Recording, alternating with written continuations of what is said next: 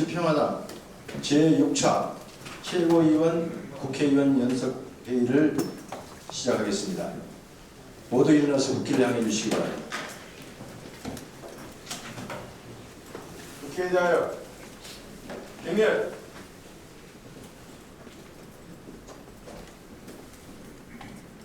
바로 모두 자리에 앉아주시기 바랍니다.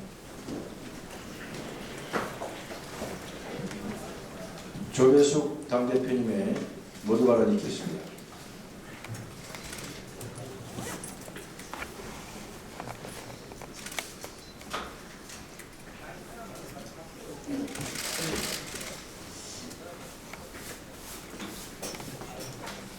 어제 쇼트트랙 여자 계주에서 우리나라는 또 금메달을 땄습니다.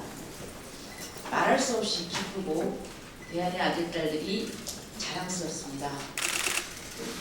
그러나 전국이 올림픽으로 환호하고 있는 이때 전국 군사는 피눈물을 흘리고 있습니다. 통계청이 어제 발표한 2017년 지역경제 동향에 따르면 지난해 4분기 전국의 취업자 수는 전년 동기 대비 22,500명이 감소해서 전국 최고의 감소폭을 기록했습니다. 지난해 현대중공업 군산조선소가 문을 닫았기 때문입니다. 이런 상황에 GM 군산공장이 문을 닫으면 수만 명의 실업자가 또 발생하고 군산과 전북의 경제는 초토화될 것입니다. 청와대가 긴급하게 군산을 고용재난지역, 산업위기대응 특별지역으로 정한 것은 환영합니다. 그러나 민주평화당은 군산 GM을 포기하는 것은 절대 안 된다는 입장입니다. 어제 오전 베리앵글 GM 총괄 부사장이 국회에 왔고 우리 민주평화당에서는 정동영 군산 GM 공장 대책위원장이신 정동영 의원님 또 박주영 간사님이 참석했습니다. 그런데 베리앵글이 말하기를 군산 공장을 살리기 힘들다고 밝혔습니다. 군산 공장 포기 방침을 베리앵글을 통해서 확인을 했습니다. 이러한 상황에서 청와대는 군산을 산업위기 지역으로 선포했습니다. 민주평화당은 설 이전부터 군산공장 폐쇄 발표 직후 정부와 청와대에 군산의 고용재난지역 선포를 요청해왔습니다. 군산이 문을 닫았을 때 이미 고용재난지역으로 선포되어야 했는데 때늦은 감이 있습니다. 이제야 지적이 돼서 그 점은 유감으로 생각합니다. 민주평화당은 군산공장의 재가동 또는 그에 대한 보장이 없다면 한국 GM에 대한 정부 지원은 반대합니다. 우리는 군산 공장을 지레 포기한 방법에 대해서 명확히 반대한다는 입장을 밝힙니다.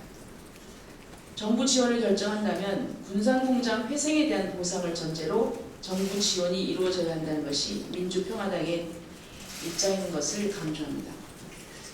일자리를 표방하고 있는 문재인 정부가 일자리를 만들기는커녕 있는 일자리도 지키지 못한다면 이는 스스로 존재 이유를 부정하는 것입니다. 정부는 무슨 수를 써서라도 GM 군산 공장을 살려야 합니다. 지난 대선에서 전북은 전국 최고의 지지율로 문재인 정부 탄생에 기여했습니다.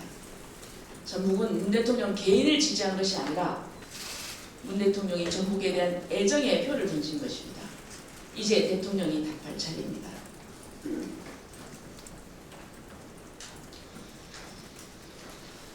미국의 통상 압박에 대한 청와대와 여당의 강경 대응 표명에 우려를 표명합니다. 청와대는 어제 철강 제품에 대한 미국의 고율 관세 부과 조치에 정면으로 돌파할 것이라고 밝혔습니다. 대통령은 결연한 대응을 다짐했고 여당 지도부는 한술 더 떠서 보복 조치 적극 검토를 주장했습니다. 우리나라에 대한 트럼프 행정부의 통상 압박은 부당합니다. 이에 대해서 물론 당당하게 탈바를 해야 합니다.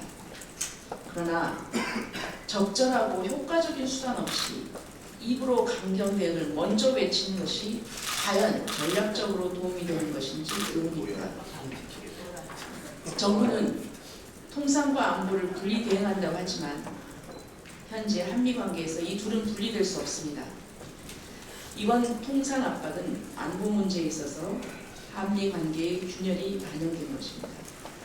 강경 대응은 말로 할 것이 아니라 치밀하고 조용하게 해야 합니다. 안보에 미치는 영향도 고려해야 합니다. 정부가 실속 없이 강경 대응만 외쳐서 개도 부럭도 다 놓치는 우를 범하지 말기 바랍니다. 안철수 전 대표와 남경필 지사가 만났다는 박지원 대표님의 폭로로 안철수 쪽에서 발끈하고 있습니다. 도둑이 제발 저리는 격입니다. 안 대표는 주적 발언이 없었다 하지만 문제의 본질은 어떤 단어를 사용했느냐가 아니라 당이 다른 두 사람이 하필 왜 이 시점에 만났느냐입니다. 남경필 지사는 현역 지사일 뿐만 아니라 자유한국당의 유력 후보입니다.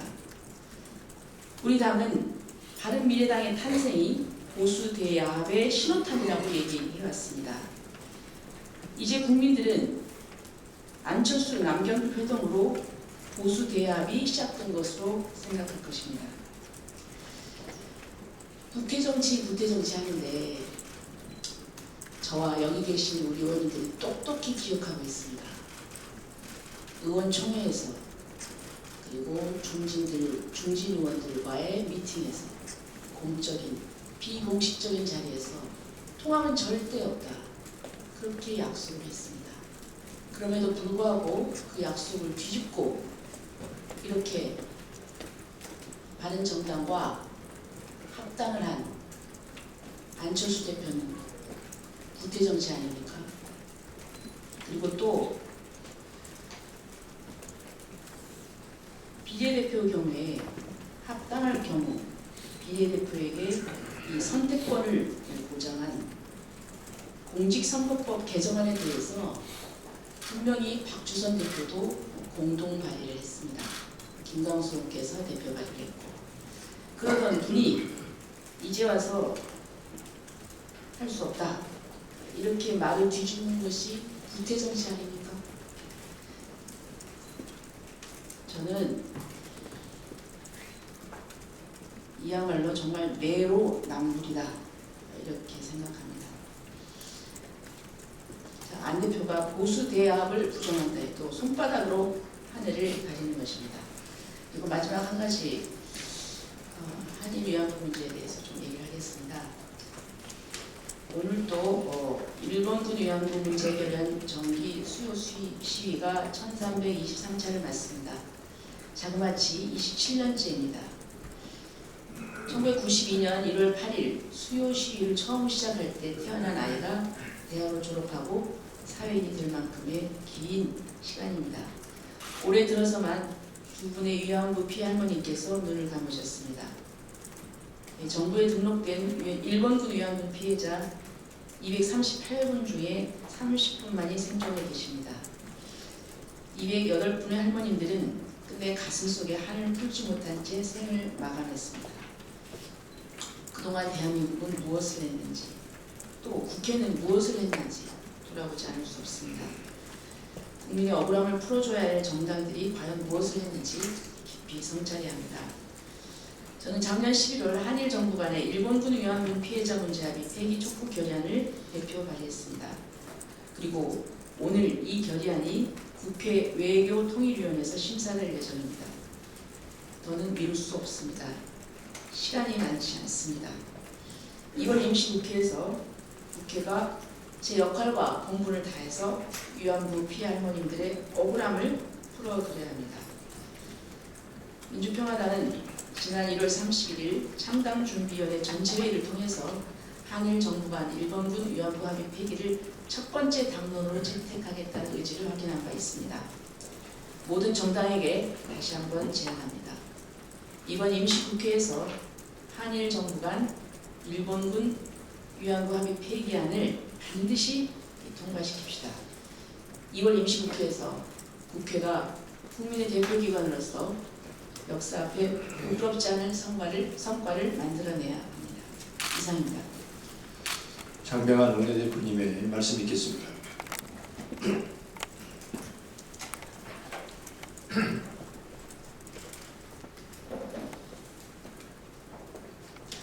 네, 저는 먼저 강경화 외교부 장관이 유엔 안보회의에 불참해서 코리아 피스링을 자초할 우려가 있다는 점을 지적하고자 합니다. 강경화 외교부 장관이 독일에서 열린 유엔 안보회의에 평창 동계올림픽을 이유로 불참했습니다. 이번 회의에서 별도의 한반도 세션은 없었지만 북한의 핵 문제를 포함한 국제안보 이슈 전반을 다루는 회의였고 실제 북핵 문제가 주요하게 언급되었습니다. 또한 미국, 일본, 러시아의 북핵 관련 핵심 인사들이 참석한 회의였습니다. 평창 동계올림픽이 국제화합과 평화외교의 장임은 분명합니다. 하지만 동계올림픽 주관 부처인 문체부 장관은 문체부 장관의 역할이 있고 외교부 장관은 외교부 장관의 역할이 있습니다. 문제는 유엔 안보회의가 대부분 비공개로 진행되기 때문에 회의에 불참하면 구체적인 내용을 파악하기가 힘들다는 점입니다. 특히 장관이 참여해야 정부 외교 실무자들이 observer 자격으로 국제안보 현안을 청취할 수 있기 때문에 외교부 장관의 이번 불참이 더욱 아쉬운 부분입니다. 정부는 여당 대표를 통해 우리 정부의 입장이 잘 전해질 수 있도록 필요한 조치를 취했다고 밝혔습니다만 국정 운영의 주체는 내각이고 무한 책임으로 내각에 있습니다. 강경화 장관과 외교부는 지금이라도 회의 내용을 최대한 조속히 파악하여 우리 외교 안보의 공백이 없도록 후속 조치에 만전을 기해야 할 것입니다. 국회 합의 정신에 따라서 우리 민주평화당 위원들을 헌정특위와 운영위원회 배정해야 한다는 점을 다시 한번 촉구하고자 합니다. 국회 운영의 핵심은 대화와 타협입니다. 특히 이번 20대 국회는 국민들께서 다당제를 선택해 주셨습니다. 이는 다양성과 소수 의견을 배려하는 것이 우리 사회의 나아갈 길임을 표를 통해 확인시켜준 것입니다. 최근 우리 민주평화당과 바른미래당의 찬반으로 국회 내 의석 분포가 크게 변했습니다. 국회법 제48조 5항은 위원들의 선임이 있은 후 교섭단체 소속 의원 수의 이동이 있을 때는 국회의장은 위원회의 교섭단체별 할당수를 변경하여 위원을 개선할 수 있도록 규정을 하고 있습니다. 그런데 2월 국회가 마무리되어가는 시점까지도 기존 위원회 구성이 유지되고 있습니다. 의석 비율을 감안해 상임위원회 위원을 선임하는 국회의 관행에 비추어 볼 때도 현재의 상임위 배정 상황은 바른미래당은 과다대표되고 민주평화당은 과소대표, 아예 배정이 안 되어 있는 위원회가 많습니다. 전반기 국회가 몇 달 남지 않은 점을 고려할 때 모든 상임위원을 개선하지는 않더라도 특별위원회와 겸임위원회로 국회 운영 중심인 운영위원회만큼은 개선하는 것이 올바른 길일 것입니다. 예를 들어서 헌정특위의 경우 의석 비율의 10.2%인 바른미래당은 4명이 배정되어 있는 반면 그리고 또 2%인 정의당도 1명의 위원이 배정되어 있는 반면에 4.8%인 우리 민주평화당은 단 1명도 배정되지 않았습니다. 또한 국회 운영위원회의 경우 교섭단체뿐만이 아니라 각 정당들이 필수적으로 참여해서 국회 의사 일정을 결정해야 하는 상임위인데 전체 운영위원 28명 중에서 의석 수 30석인 바른미래당은 5명이 배정되어 있는 반면 14석인 우리 당은 단 1명도 없는 상황입니다. 6명인 정의당도 1명이 배정되어 있는 것을 감안할 때 이는 매우 비정상적인 상황입니다. 따라서 최소한도 지금 의석 비율로 보면 우리 민주평화당에 2석을 배정하는 것이 맞을 것입니다.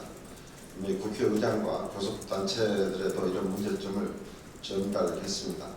대화와 타협의 국회, 국민이 선택한 다당제의 뜻을 받들기 위해서도 국회의장과 각 교섭단체는 하루속히 상임위 정수 조정에 나서주기를 강력히 요구합니다.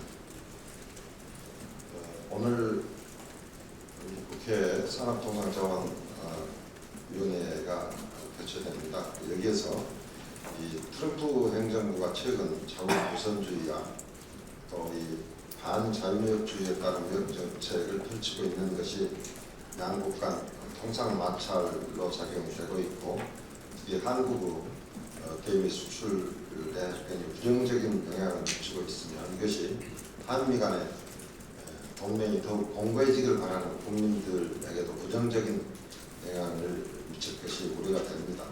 따라서 국회 차원에서 미국 정부의 일련의 통상 정책에 대한 우려를 표시하는 한편, 현 상황을 해소하기 위한 우리 정부의 다각적인 노력을 촉구하기 위한 결의안 채택을 평화당은 추진을 하겠습니다. 이상입니다. 이어서 김경진 상임선대위원장님의 발언을 듣겠습니다. 예, 5.18 진상규명특별법이 어제 국방위를 통과했습니다. 민주화운동의 여러 의혹을 낱낱이 밝혀줄 독립적인 진상조사위원회 설치를 담은 특별법입니다.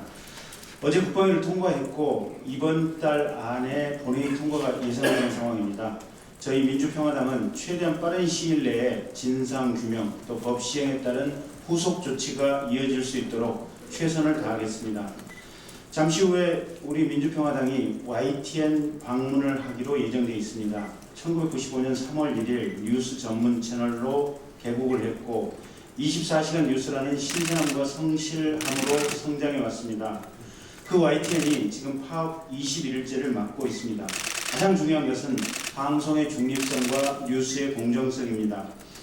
국민들과 또 YTN 임원 직원들의 요구사항이 바로 이 방송의 중립성과 뉴스의 공정성입니다. 빠른 시일 내에 문제가 해결될 수 있도록 저희 민주평화당이 중재 역할을 해보도록 하겠습니다. 안철수, 남경필 두 분 회동과 관련해서 이런저런 얘기가 많이 나오고 있습니다. 두 분이 만나서 과연 선거연대를 하기로 했느냐, 이걸 떠나서 우선 두 분이 만난 사실이 있는지, 만나서 도대체 무슨 얘기를 했는지 명확히 밝히면 될 일입니다. 그런데 과거 저희 경험 또 여러 가지 상황에 비춰보면 선거연대 가능성이 아주 농후해 보입니다. 저희 당의 박지원 의원의 합리적인 문제 제기에 대해서 안철수, 남경필 두 분은 우선 만난 사실이 있는지, 도대체 만나서 무슨 얘기를 했는지 명확히 밝혀주시기 바랍니다. 청년 실업 문제가 심각합니다. 사상 처음으로 40만 명을 넘어섰습니다. 2000년대 통계 집계 이후에 가장 많은 실업자 수입니다. 최근 5년간 정부는 청년 고용 분야에 10조 원을 쏟아부었고 올해도 예산이 3조 원 정도 배정됐지만 나아질 기미가 보이지 않고 있습니다. 결국 시대적 흐름인 무인화와 자동화의 추세를 거스르기는 쉽지 않다고 보입니다. 그렇다면 우리 정부는 이 무인화와 자동화에 적극적으로 대응해서 인공지능, 또 소프트웨어, 컴퓨터, 로봇, 자동기기 운영과 관련해서 청년 취업 역량을 강화시키는 방향으로 고용정책을 다시 설계하는 것이 필요하지 않나 싶습니다. 어쨌든 우리 민주평화당은 이번 GM 군산공장 폐쇄와 더불어서 청년 실업 문제 해결을 위해서 여야 또 행정부와 적극적인 협력을 하겠습니다. 이상입니다. 네, 윤영희 최고위원님의 발언 듣겠습니다. 우리 헌법에요. 대한민국 영토는 한반도와 그 부속 도서로 한다고 되어 있습니다. 국민들의 교통수단은 육상교통수단, 해상교통수단이 있습니다. 그런데 육상교통수단, 즉 버스와 철도는 대중교통이라고 부릅니다. 그런데 해상교통은 대중교통에서 제외가 되어 있습니다. 그걸 규정하고 있는 법이 대중교통의 육성 및 이용 촉진에 관한 법률인데요. 해상 여객선이 이 소위 도서 지역 주민들의 유일한 교통수단임에도 불구하고 현행법상 준공영제 적용을 받는 대중교통수단에서 제외가 되어 있다. 이런 말씀입니다. 그래서 어떤 보담이 오느냐? 우리나라에 유인도서가 500여 개가 있습니다. 연간 연안여객을 이용하는 연안여객 이용객 수가 1,600만 명에 이릅니다. 그런데도 불구하고 대중교통 수단으로 인정을 받지 못하기 때문에 여객선의 운임 단가는 고속버스의 6배에 이릅니다. KTX의 2배에 이르고 있습니다. 더더군다나 20년이 초과한 노르웨이 여객선이 전체 여객선 170여 척 중에 30%에 이르고 있습니다. 전체 사업자는 자본금, 전체 사업자 중에 63%가 자본금 10억 미만, 선박 2척 이하의 영세 사업체입니다. 정부에서는 보조 항로의 지정을 확대하겠다. 그런데 예산이 없어서 그러한 것들은 제대로 추진할 수 없다고 버티고 있습니다. 정부에 촉구합니다. 시범 사업을 통해서라도 중동영제 확대 방안 마련할 것을 촉구하고요. 대중교통의 육성 및 이용 촉진에 관한 법률, 여기에 연안해상교통이 반드시 포함이 되도록 연안해상교통의 대중교통수단 인정 근거를 마련해야 할 것입니다. 아울러서 섬의 가치를 높이고 중요성을 기념하기 위해서 지금 현재 도서개발촉진법, 저희 당의 박지원 대표님이 전 대표님이 발의를 해오신 문제인데요. 섬의 날 재령도 조속히 이루어질 수 있도록 협조해 주실 것을 촉구합니다. 다시 말씀드리지만 도서지역에 대한 교통은 국가가 책임져야 될 일입니다. 대중교통의 기본권을 같이 보장해야 될 일입니다. 버스나 철도에 대해서는 PSO, 즉 공공 의무 서비스에 대한 기준을 갖고 있으면서도 해상교통에 대해서는 그에 대한 기준마저 없다 하는 것을 다시 한번 밝히면서 정부 측에 강력 촉구합니다.